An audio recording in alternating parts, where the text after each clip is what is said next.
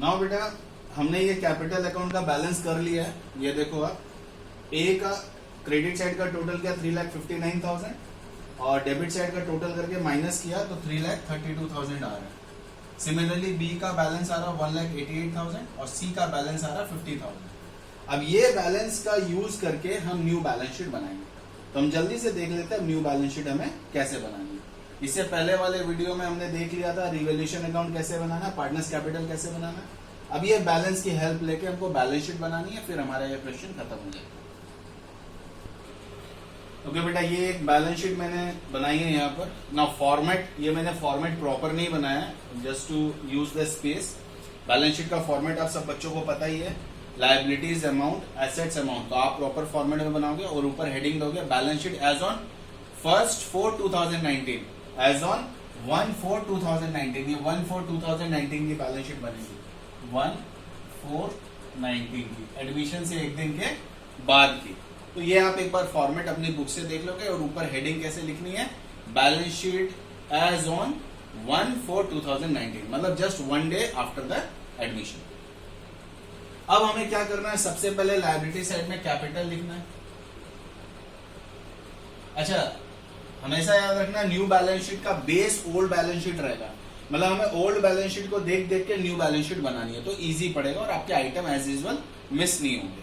तो ए का, बी का और सी का, अब देखो 3 पार्टनर हैं, पहले ओल्ड बैलेंस शीट में सिर्फ 2 थे, अभी 3 पार्टनर हो गए। A is capital, B is capital और सी इज कैपिटल, तीनों का कौन सा बैलेंस लिखना है, ये जो बैलेंस हमने फाइंड आउट किया है, that is 3,32,000, then 1,88,000 and then 50,000। ये तीनों का हमें टोटल जो बैलेंस आया वो लिख देना, first step. Now balance sheet देखो, इसमें से हमें क्या क्या चीजें कैरी फॉरवर्ड करनी है न्यू बैलेंस शीट में। जनरल रिजर्व आएगा? नहीं सर, नहीं आएगा, क्योंकि वो हमने डिस्ट्रीब्यूट कर दिया। तो जो चीज हमने राइट ऑफ कर दिया, डिस्ट्रीब्यूट कर दिया, वो न्यू बैलेंस शीट में नहीं आएगी। तो आपको कुछ नहीं लिखना है, यहाँ पर जीरो भी नहीं लिखना है, छोड़ दो। सिमिलरली वर्कमैन कंपनसेशन रिजर्व भी डिस्ट्रीब्यूट कर दिया पार्टनर्स को, तो वो भी नहीं आएगा। क्रेडिटर्स आएगा, लेकिन क्रेडिटर्स की कितनी वैल्यू आएगी, देखो ये 1,20,000 था क्रेडिटर्स, जिसमें से यहां लिखा हुआ creditors 10,000 to be return back, जो हमने रिवैल्यूएशन अकाउंट में लिखा था। तो 10,000 का क्रेडिटर कम हो रहा है, तो 1,20,000 में से 10,000 माइनस हो गया, तो अभी आपके क्रेडिटर्स कितने हो गए, 1,10,000। ये आप ध्यान देना, कुछ नहीं है। एसेट्स की वैल्यू जो दी हुई है उसमें अगर इंक्रीज हो रहा है तो प्लस करके न्यू वैल्यू लिखनी है, डिक्रीज हो रहा है तो माइनस करके new value. It's very simple and conceptual. फिर इसका हम टोटल करेंगे थोड़ी देर बाद।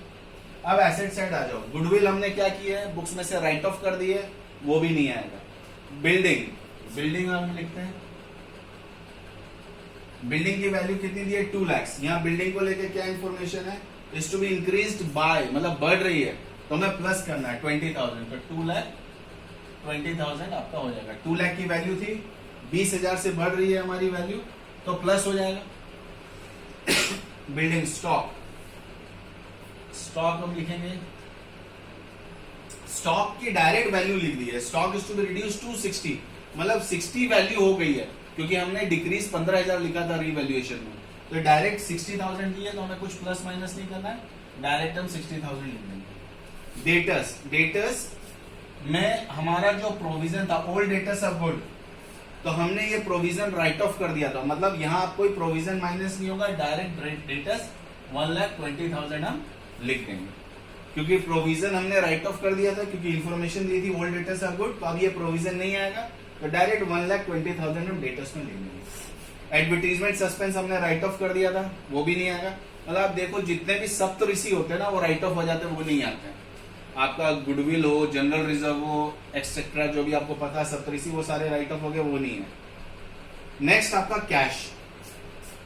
कैश में आप देखोगे, कैश हमारा 80,000 था, और यहां हमने बाय कैश 1 लाख लिखा है, तो इसका मतलब 80 और सी जो 1 लाख का कैश लेके आ रहा है। कैश लिखते वक्त थोड़ा ध्यान दोगे, इस क्वेश्चन में तो कैश की एक ही एंट्री है, बहुत बार पीएफजी अगर लेके आएगा तो वो भी ऐड होगा, प्रीमियम फॉर गुडविल। अगर ओल्ड पार्टनर अपना प्रीमियम लेके चल जाते हैं, जैसे क्वेश्चन हम और आगे देखेंगे, पहले ये फिलहाल ये बेस क्वेश्चन अच्छे से समझो। तो उस समय माइनस भी होगा। तो अभी फिलहाल सिर्फ 1 लाख में 80,000 में, सॉरी 80,000 का कैश था, उसमें 1 लाख ऐड हो रहा है, तो यहाँ कितना आ जाएगा 1,80,000। और बैंक में कोई चेंजेस नहीं है, एज इट इज बैंक आपका आ गया 1 लाख। अब उसके बाद हम एक बार क्रॉस चेक कर लेते हैं, हमारा ये सारा हो गया, ये वैल्यूएशन सारा हो गया, हमने सारा ट्रीटमेंट कर दिया। अब हम ये दोनों साइड का टोटल करेंगे।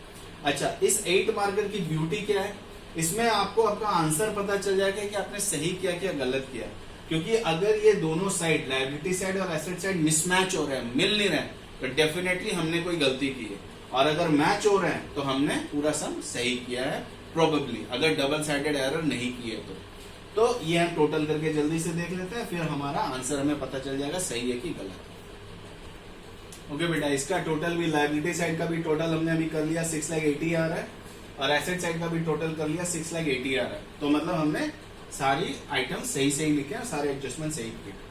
नाउ इस क्वेश्चन से हमें क्या, this was a very beautiful question जिसमें हमने सीखा कि कैसे रिवैल्यूएशन अकाउंट बनाना है, फिर उसका प्रॉफिट पार्टनर्स कैपिटल में डालना है, और उससे फिर न्यू बैलेंस शीट कैसे बनानी है। फॉर्मेट प्लीज आप एक बार देख लेना, सिंपल फॉर्मेट है आपका, ये इस तरह का फॉर्मेट बनेगा, this is liability, this is amount, this is asset, this is amount, और ऊपर में लिखना बैलेंस शीट एज ऑन 1/4, मतलब जो आपके एडमिशन के बाद की डेट दी हुई है वो वाली लिखनी है, एडमिशन वाली डेट, जिस दिन एडमिशन हुआ है। ना this was an 8 marker question.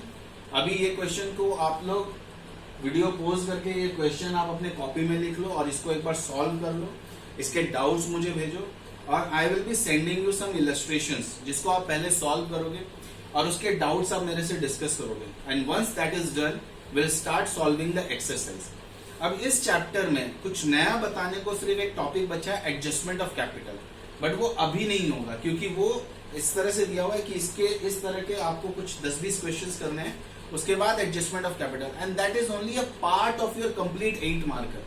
वो हम कुछ दिनों के बाद सीखेंगे। तो अभी फॉर नेक्स्ट फ्यू डेज और इनफैक्ट फ्यू वीक्स, 2 वीक्स, 1 और 2 वीक्स, उसमें हम लोग क्या करेंगे, इस तरह के क्वेश्चंस को जल्दी जल्दी सॉल्व कर लेंगे सारे, और सारे डाउट्स क्लियर कर लेंगे, और उसके बाद वो एडजस्टमेंट ऑफ कैपिटल करके ये चैप्टर हम खत्म कर लेंगे। As I told you, this is 8 marker question and that is bound to come, ये एग्जाम में आता ही है, ये पैटर्न है बोर्ड्स का, 8 मार्कर में, और छोटे क्वेश्चन आपके 3 मार्कर में, 4 मार्कर में, और इवन 1 मार्कर में भी आ सकते हैं। तो इसको आप अच्छे से समझ लो, कॉपी में अपने कर लो, और इससे रिलेटेड इलस्ट्रेशन भी सॉल्व करोगे, and send me your doubts. That's all for today.